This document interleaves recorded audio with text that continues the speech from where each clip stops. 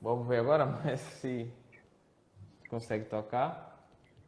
Esse probleminha chato, né? De conexão, cara. Demais, cara. Como é que Eu tá meu tava ali. áudio? O seu áudio tá bom. Tá bom, a imagem fica picotando, mas se o áudio ficar, mantiver estável, a gente vai tocando. Certo? En- eu já tentei a terceira rede aqui, diferente, para ver se a conexão melhora. Mas vamos lá. Se o áudio tá claro aí, então se dá para compreender, você vai me passando aí o feedback. Pronto. Tu tava falando sobre a formação, né?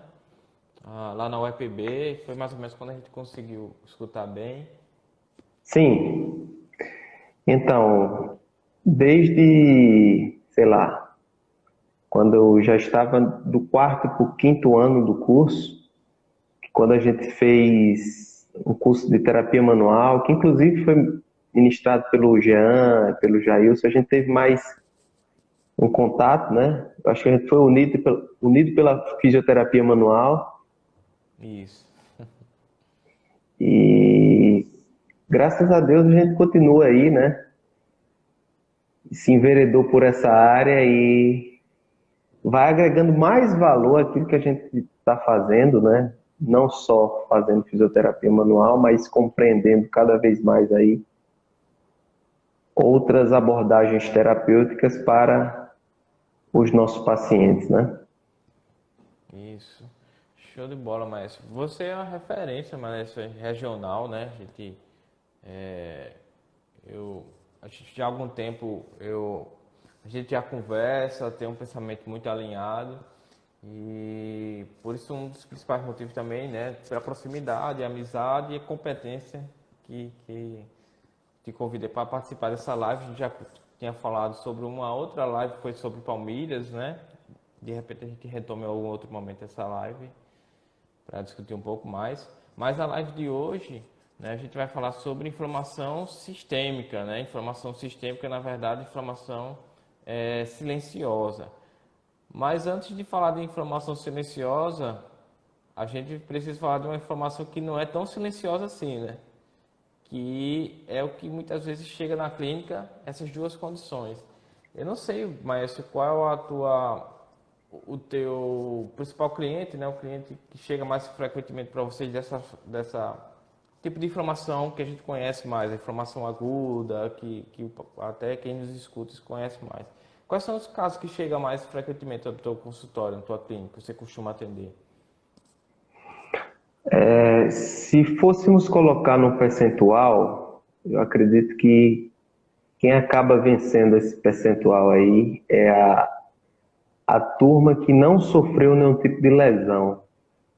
É os não traumáticos que não estão apresentando inflamação no momento, principalmente inflamação aguda, não são os que sofreram lesão recentemente, mas principalmente ou aqueles que não estão apresentando inflamação ou estão apresentando uma inflamação crônica, né? Que também tem outras características associadas ao quadro do que o paciente apresenta. Isso é bastante interessante porque a gente sabe que muitos pacientes só procuram a gente quando está com aquela dor, a dor intensa, que associa que existe uma inflamação inerente ali. Aí faz uso de anti-inflamatório, se a inflamação é constante, faz uso de corticoide. Então, é esse, às vezes, os pacientes que vão procurar uma unidade de saúde, o médico, o fisioterapeuta, não sabendo ele que ele tem uma inflamação que está cursando já de algum tempo, né, numa linha de base, né? Ele está há algum tempo inflamado, digamos assim, e aí tem um processo de agudização de algo que já é crônico. E a gente tem um perfil de pessoas mais ou menos nesse que a gente pode enquadrar nesse tipo de condição. o que é que o pessoal entende geralmente, né, sobre a inflamação aguda? Aquela inflamação que leva uma pancada, gera dor, dor local, um processo de calor local, né, vermelhidão. É mais ou menos isso que o pessoal tem em mente. Eu não sei como é aí, né, onde você atende em Patos, mas é muito comum esses pessoal fazerem uso de anti-inflamatório, corticoide, quando não sente respostas com o medicamento, aí vem atrás talvez da fisioterapia. Às vezes o caminho é um pouco inverso, né, para essas condições. É mais ou menos assim que acontece aí também? É a tua realidade que você verifica aí, maestro? Eu costumo sempre falar principalmente para os alunos, né? Se os profissionais de saúde entendessem que as dores que são provocadas por uma inflamação aguda são aquelas que vão apresentar a menor frequência entre os casos, e abre um pouco a mente para os mecanismos de dor neuropática, melhor dizendo, e o mecanismo de dor nociplástica, isso vai ajudar muito mais a manejar esses quadros do que aumentar o consumo de anti-inflamatórios de forma indiscriminada. E como você mesmo falou na nossa live anterior, tem uma livre prescrição muitas vezes, né? E é muito fácil, é muito comum as pessoas terem acesso, por exemplo, a um anti-inflamatório. Se a gente for fazer aqui uma consulta entre todas as pessoas que a gente conhece, perguntar assim: você tem algum anti-inflamatório em casa? Poucos dirão que não. Isso se dá pela ideia de associar sempre dor à lesão, que é errado, ou dor a uma inflamação, principalmente aguda. E é muito por isso também que estes anti-inflamatórios não surtem, na maioria desses casos, efeito. Deixando a gente até refém desses anti-inflamatórios, né? Para a gente passar de fato para o tema específico, né, sobre inflamação silenciosa, é, é até válido a gente ressaltar uma condição, porque a inflamação, quando acontece numa lesão do tecido, para alguém pode ser até estranho da gente falar, a gente quer que ela aconteça, né? A inflamação aguda, que tem uma lesão no tecido, que precisa ser reparado, a gente quer que a inflamação aconteça. Então, inclusive, a gente tem até recursos na fisioterapia que a gente vai dizer que é pró-inflamatório, é a favor da inflamação. Isso porque a gente é através da inflamação que o reparo acontece. O tecido, né, a região machucada proveniente de uma inflamação verdadeiramente aguda, ela só vai ser reparada mediante a inflamação acontecendo. A gente tem o corticóide que quebra de forma abrupta isso, essa inflamação, esse processo de reparo, e os anti-inflamatórios também ajudam isso. Mas eu sei que você tem uma grande experiência, às vezes a gente vai ter cicatrizes formando no tecido que é machucado. Eu sei que você tem uma grande experiência no manejo dessas cicatrizes, e muitas vezes o processo de cicatrização, quando não acontece de forma adequada, proveniente ou não do processo de inflamação, a gente vai ter algum problema relacionado a isso, né? A cicatriz que não se formou bem e prende o tecido. Tu teria como falar rapidamente sobre esse processo, só fazer um linkzinho sobre o processo de inflamação mal conduzida, aguda, né? E esse processo de reparo do tecido e a cicatriz? Vou tentar falar de forma resumida, pensando principalmente, é isso aí, Danilo, é um mecanismo inteligente de defesa do organismo. Tentar falar de forma resumida o que seria uma inflamação normal e as fases que se seguem de forma normal, e também de forma resumida o que é que pode acontecer alterando essa inflamação e as fases que se seguem em consequência dessa inflamação anormal. Zé, vá me dando feedback sobre o som, tá? Certo, o som tá perfeito, assim, tá travando a imagem, mas o som tá tranquilo.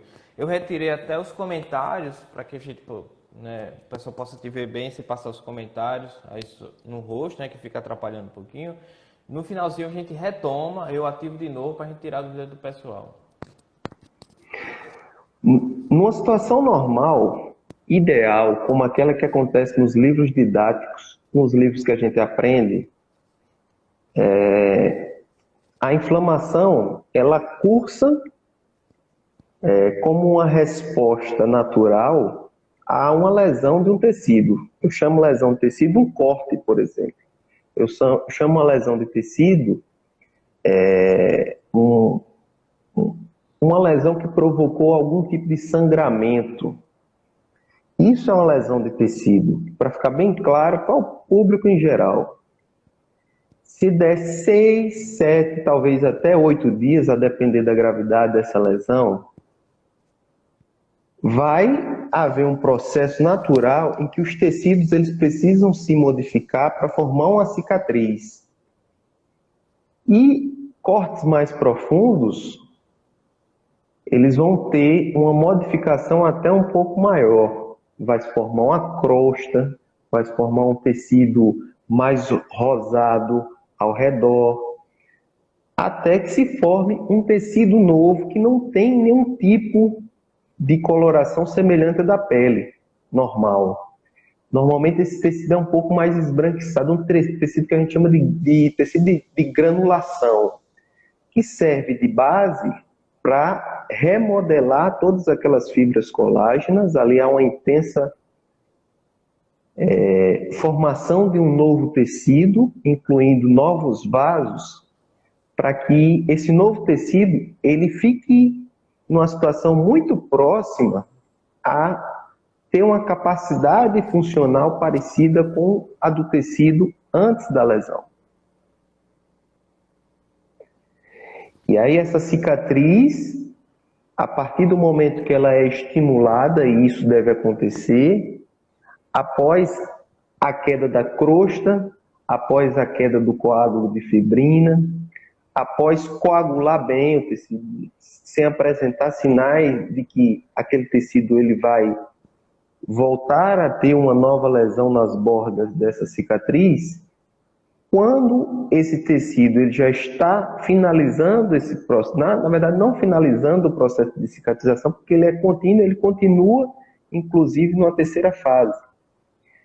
Essa cicatriz ela vai se remodelando à medida que o próprio tecido onde houve a lesão ali, ele assume a coloração muito parecida com a da pele. A partir daquele momento, já vai existir ali o que nós chamamos de remodelação. Essa remodelação, ela é natural, tudo isso é natural, tudo isso é necessário para que o tecido, ele se comporte funcionalmente como um tecido normal antes da lesão.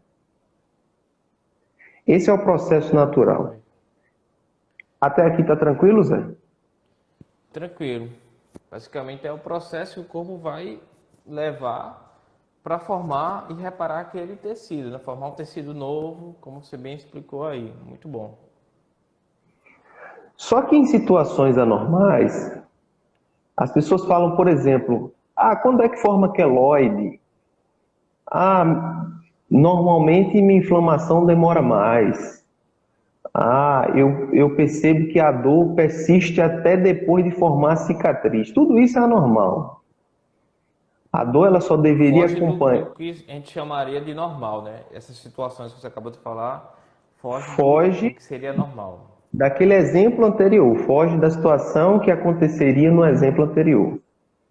Então, esse anormal, que muitas vezes é muito comum, e as pessoas confundem o que é comum com o que é normal, o que é frequente com o que é normal, não é porque aconteceu em todas as pessoas de uma família, todo esse processo aí de demora de cicatrização, de formação de queloide, de formação, se não de queloide, de uma cicatriz hipertrófica, uma formação de um Aquela tecido mais cicatriz que rígido, fica muito grosseira, né? Muito espessa, né? muito espessa, aquela cicatriz que de um cortezinho a pessoa tem uma cicatriz que é muito estranha, que se forma em alto relevo, muito mais alto do que o normal.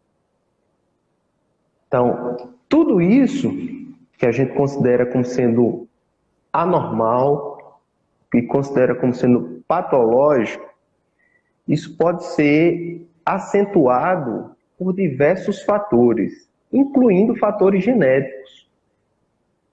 Então, a queloide normalmente se forma mais em grupos populacionais do que em outros, por exemplo. Pessoas que têm uma predisposição maior do que outras pessoas. Só que isso pode ser manejado para mais ou para menos. Até nessas pessoas, por exemplo, a gente fala, indivíduos de cor de pele negra têm uma tendência maior a formar queloides. Mas se esse indivíduo de pele negra somar a isso outros fatores que modificam esse processo de cicatrização, essa queloide para ele vai ser péssima.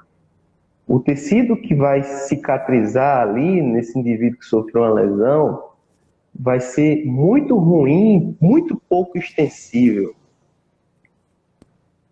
Ou Isso seja, a acarreta pele não aceita, né? A pele que tá, a cicatriz está em volta da pele, o tecido estica, mas a cicatriz não estica, não acompanha e acaba limitando também.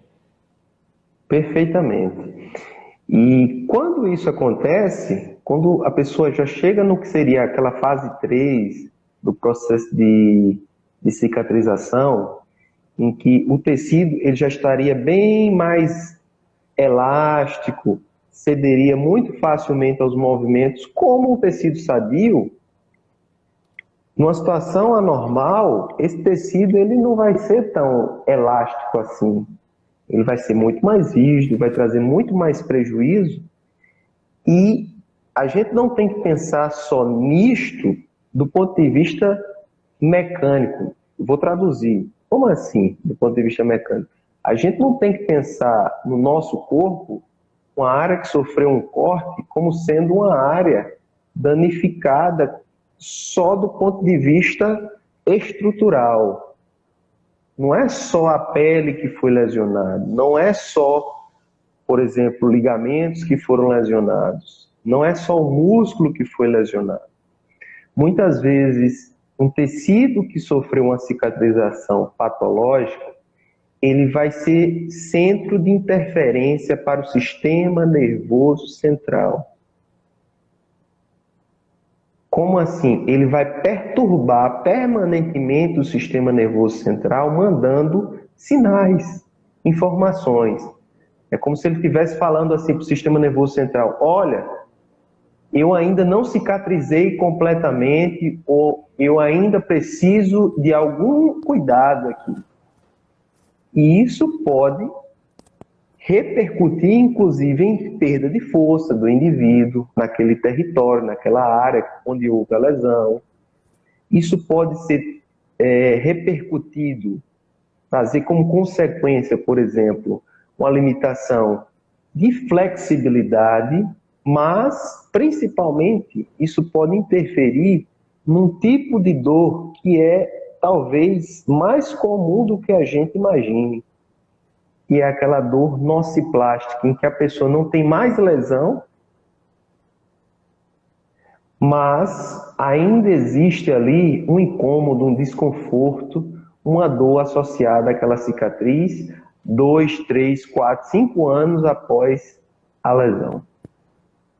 Eu falo, geralmente, quando eu tento traduzir isso para o paciente, mas eu dou um exemplo de um asfalto, sabe? A gente, quando passa no asfalto recapeado, a gente não sente diferença no carro dirigindo no asfalto. Ele é um só. Quando acontece um buraco, que é feito o reparo, né? Não foi recapeado, foi feito só um reparo. Ele está liso ali, mas você percebe a diferença ao passar por aquele pedaço que não é o asfalto em si. Ele não se tornou junto ao asfalto. Mesmo que tenha sido o mesmo produto, a mesma coisa, ao passar ali, ele não virou asfalto. Ele é uma cicatriz, digamos assim, é um pedaço que foi reparado, mas que dá para perceber. Essa informação é a informação que às vezes o sistema nervoso traduz, né? Chega lá naquele tecido que não foi totalmente reparado, não foi recapeado, digamos assim, e ele ainda fica fornecendo informação diferente da região.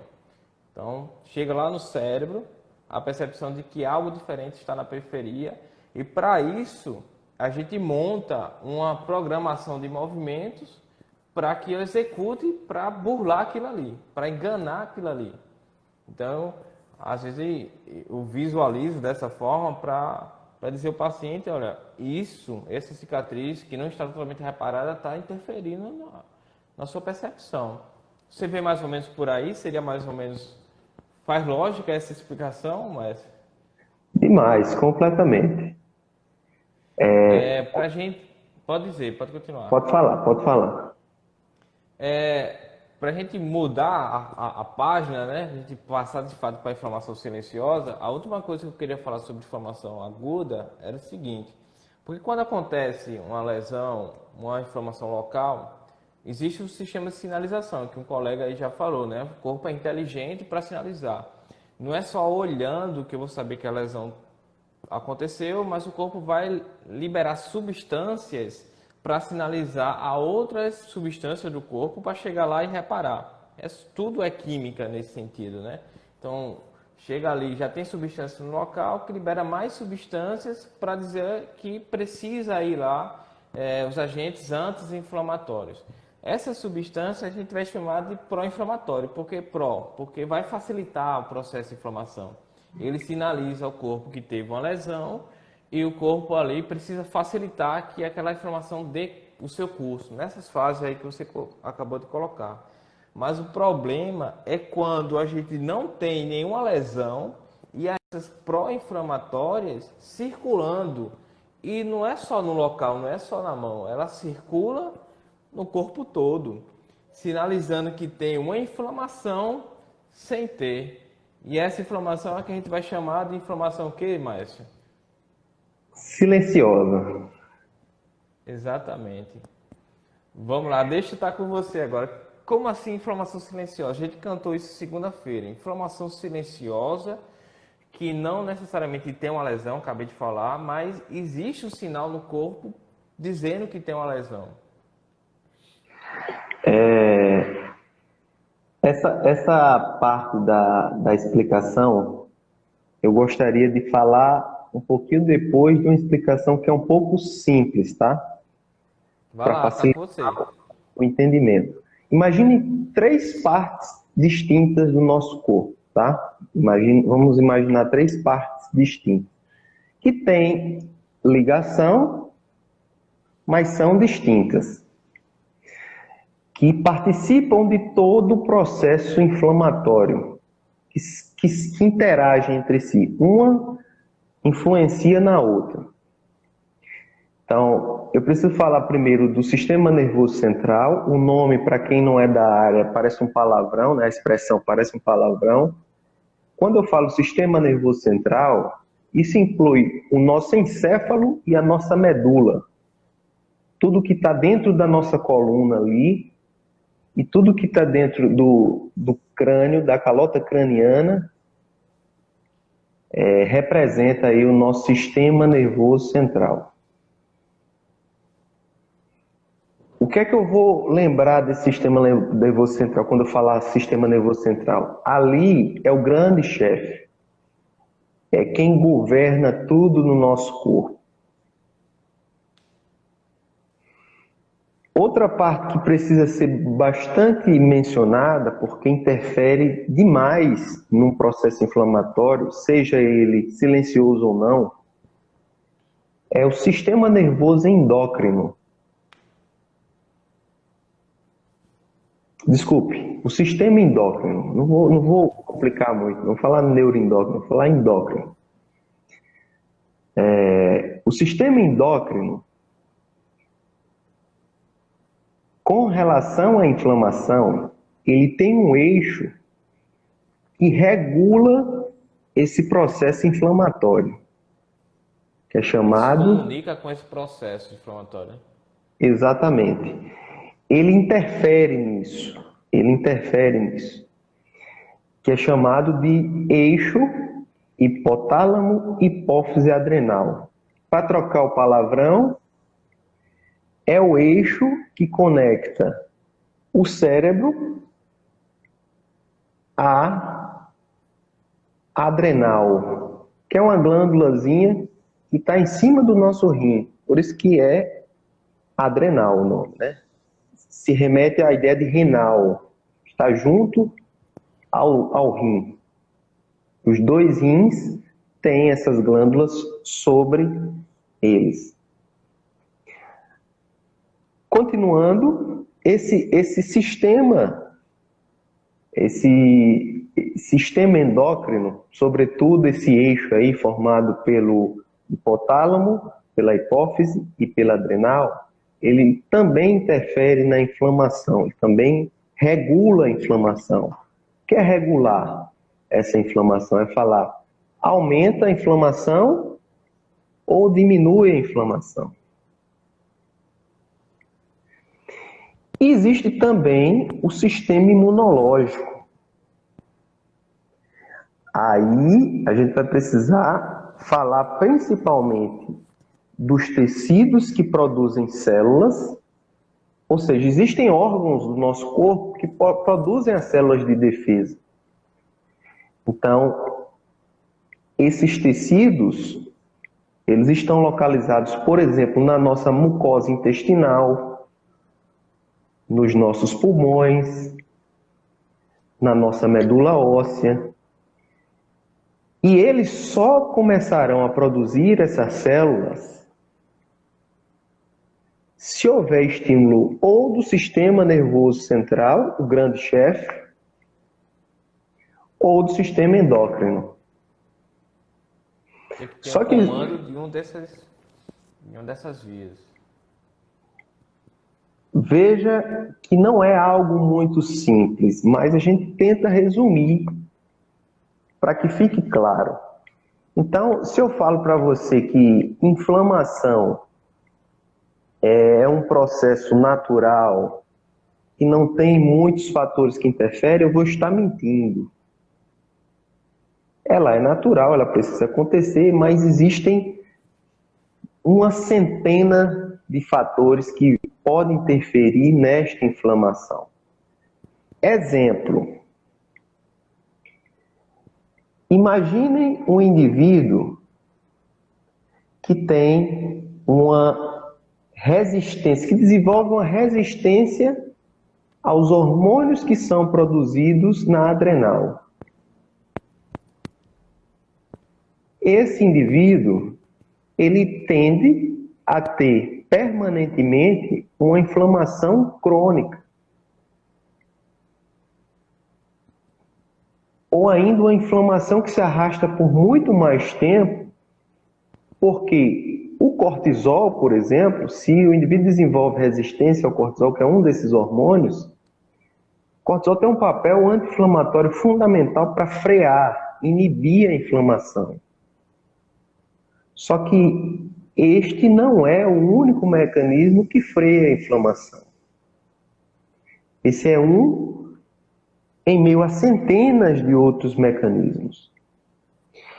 Mas você tá dizendo basicamente que nesses tecidos que regulam a inflamação, ajustando o nível, né, dessa substância para mais ou para menos, para que a inflamação se resolva. E vai existir um dado momento que isso é desregulado. Aquele que controla o que é anti-inflamatório, ele acaba diminuindo o seu controle e liberando menos substâncias anti-inflamatórias. Seria mais ou menos isso? Exatamente. Para a gente que entende mais assim, cascata de eventos, mais simples, parece ser mais simples, mas a gente tenta resumir algo que é um pouco complexo, mas é exatamente como você falou. É como se, ao diminuir essa eficácia do cortisol, um organismo que apresenta uma situação que diminui essa eficácia do cortisol, por ele ter um efeito anti-inflamatório, como, por exemplo, o corticoide que eu venho a ingerir no medicamento alopático, por exemplo, se o meu corpo ele não produz um cortisol eficiente, ou ainda se esse cortisol por algum motivo ele não assume, não exerce a função que ele deveria exercer, então essa inflamação ela não será freada como deveria quando o indivíduo liberar cortisol. Dentro do sistema imunológico, já continuando, além dos tecidos que produzem células da série branca, além das células da série branca, existem substâncias químicas que são fundamentais para estimular ou não também a produção dessas células, ou ainda o que a gente chama de maturação dessas células. Muitas vezes essas células estão no estágio que não foi diferenciado. Como assim? Muitas vezes na medula óssea existem células que vão formar outras células. Para que haja essa transformação, essa maturação, essa diferenciação, há necessidade de algumas substâncias químicas serem produzidas para que estimule a diferenciação dessas células. E aí que entram as famosas citocinas. As citocinas são esses sinalizadores químicos que ou estimulam a diferenciação dessas células, ou seja, elas são pró-inflamatórias, ou não, elas vão diminuir a diferenciação dessas células. Nesse caso, elas podem ser anti-inflamatórias. E é aí onde a gente precisa chegar. Para ocorrer um processo de inflamação do início, meio e fim, existe essa regulação. No início, preciso ter mais substância pró-inflamatória para facilitar a inflamação, ela vai se resolvendo e isso vai baixando. E o corpo começa a liberar substâncias anti-inflamatórias. Aí, provavelmente, né, a gente vai ter uma situação que a gente tem um descontrole disso, né? Tem muitas substâncias pró-inflamatórias, a inflamação não existe mais, já deveria ter cessado essa substância pró-inflamatória, mas ela está lá. A substância anti-inflamatória, ela não é elevada, ela é mais baixa, e é como se o processo inflamatório fosse duradouro, persistente, no nível que talvez alguns exames de sangue não consigam detectar o que é comum. Porque no processo inflamatório, se a gente vai em algumas proteínas lá, PCR, algum valor, né, algumas medidas lá, a gente está vendo processo de inflamação agudo, que a pessoa se lesionou, inflamação de garganta e tal. Mas essa inflamação ela é tão silenciosa porque os valores vão estar mínimos lá embaixo e isso passa desapercebido e não se leva em consideração. Não é isso, Maércio? Exatamente isso, exatamente isso.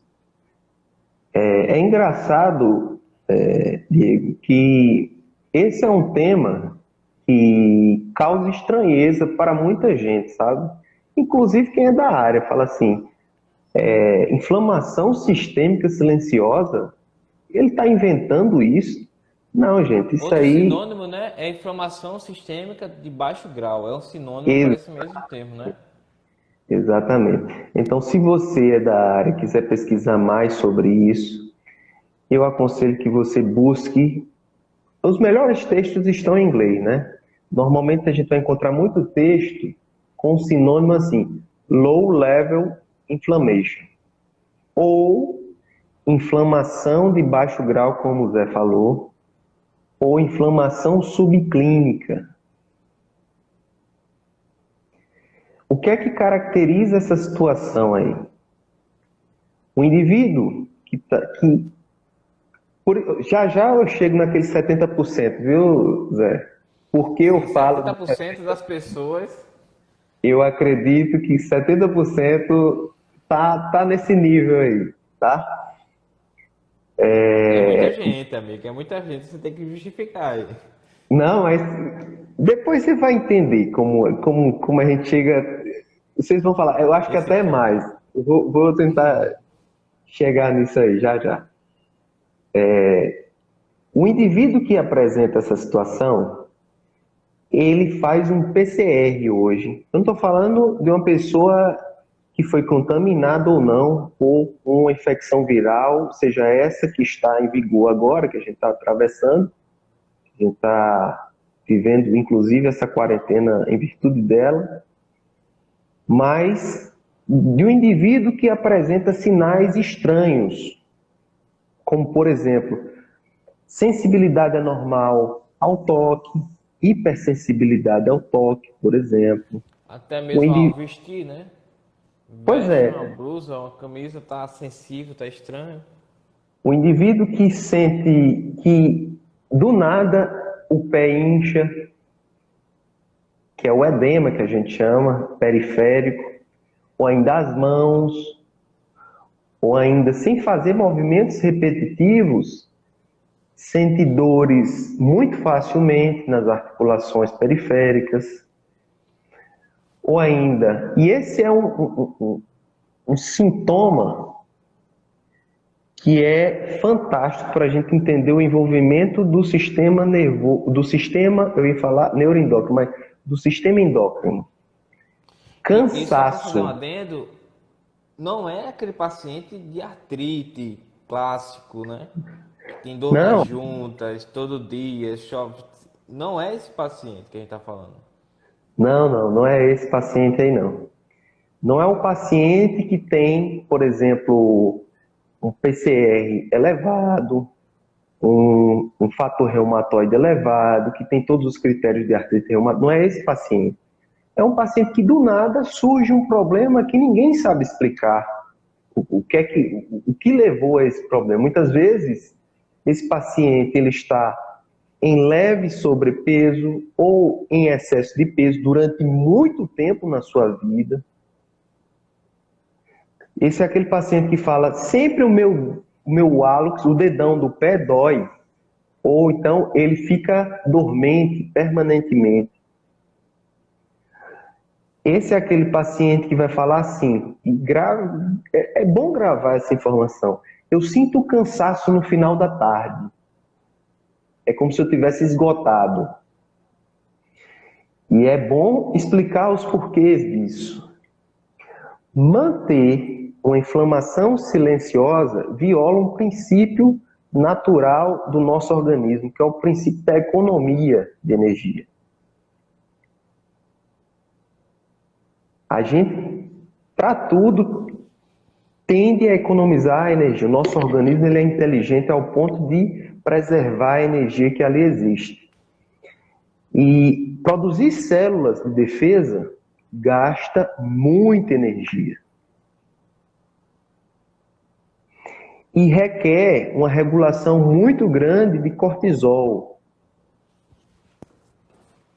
E aí esse indivíduo que está produzindo células da série branca permanentemente, ou ainda que precisa manter essas células estimuladas por muitas citocinas que ele tem, pró-inflamatórias, essas células ativas, isso requer muito cortisol para regular, para que isso não vire uma inflamação. E quando chega lá no final da tarde, isso vai gerar uma fadiga da adrenal, que por não ter energia suficiente para manter inflamação e metabolismo ou funcionamento natural das outras células de todo o nosso organismo, esgota reservas energéticas ou ainda desenvolve resistências a hormônios que não deveriam ter essa resistência do organismo.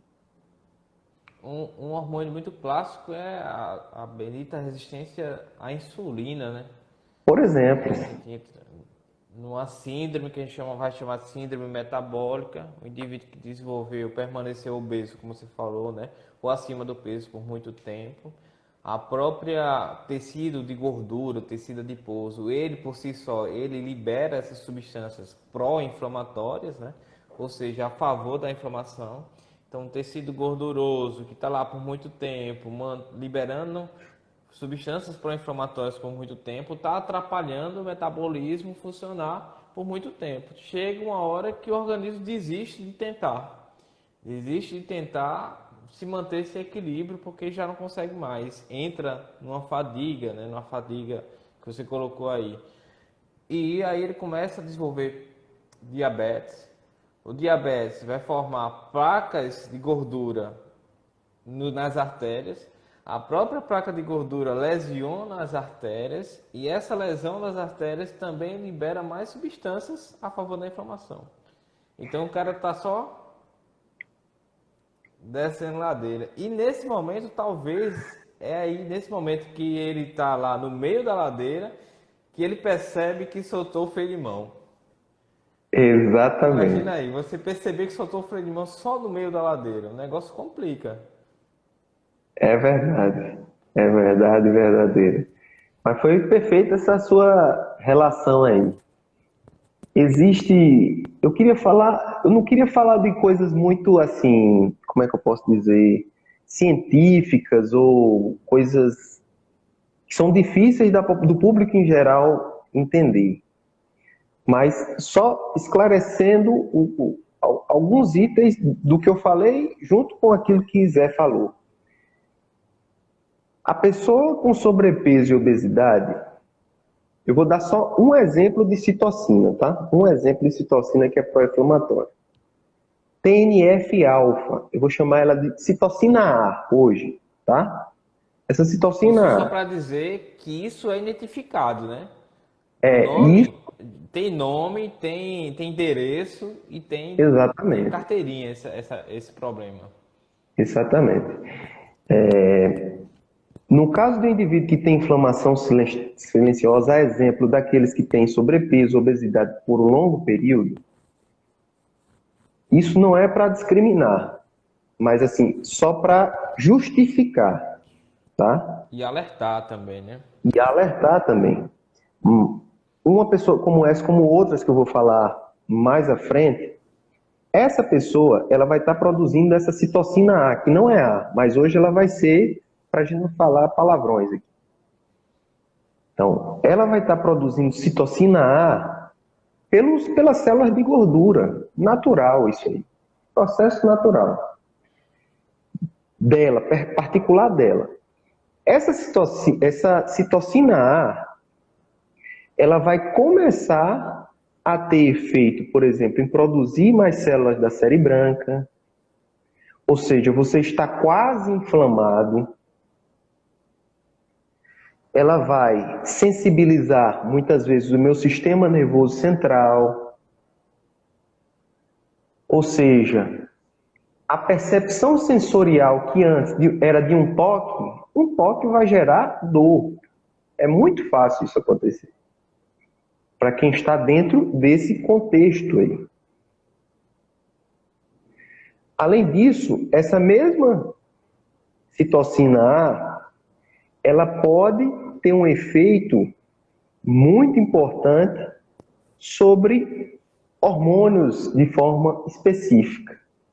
E aí existem muitos outros desdobramentos a partir disso.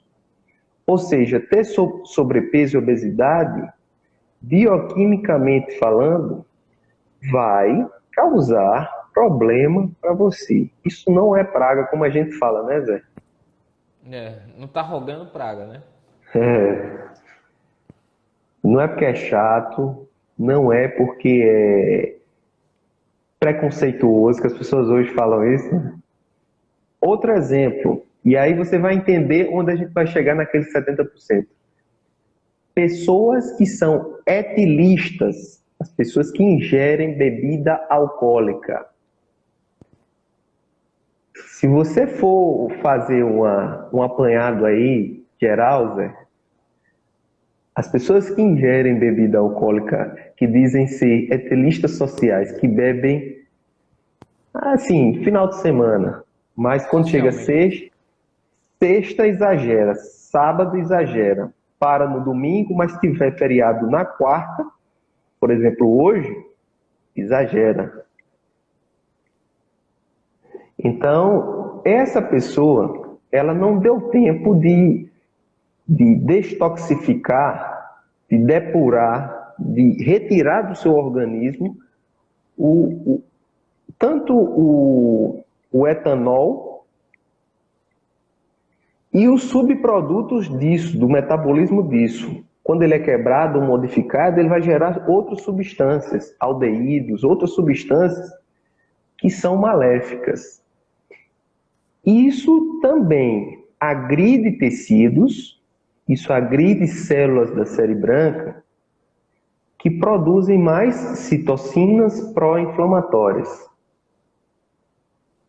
A exemplo daquela citocina A que eu falei. Isso vai gerar todos esses outros eventos aí, incluindo uma dor lá no futuro, uma dor crônica, por exemplo. Perfeito, mas além disso, tem outra condição que talvez aí agora que eu estou começando a entender a tua conta, mas o bendito do sedentarismo.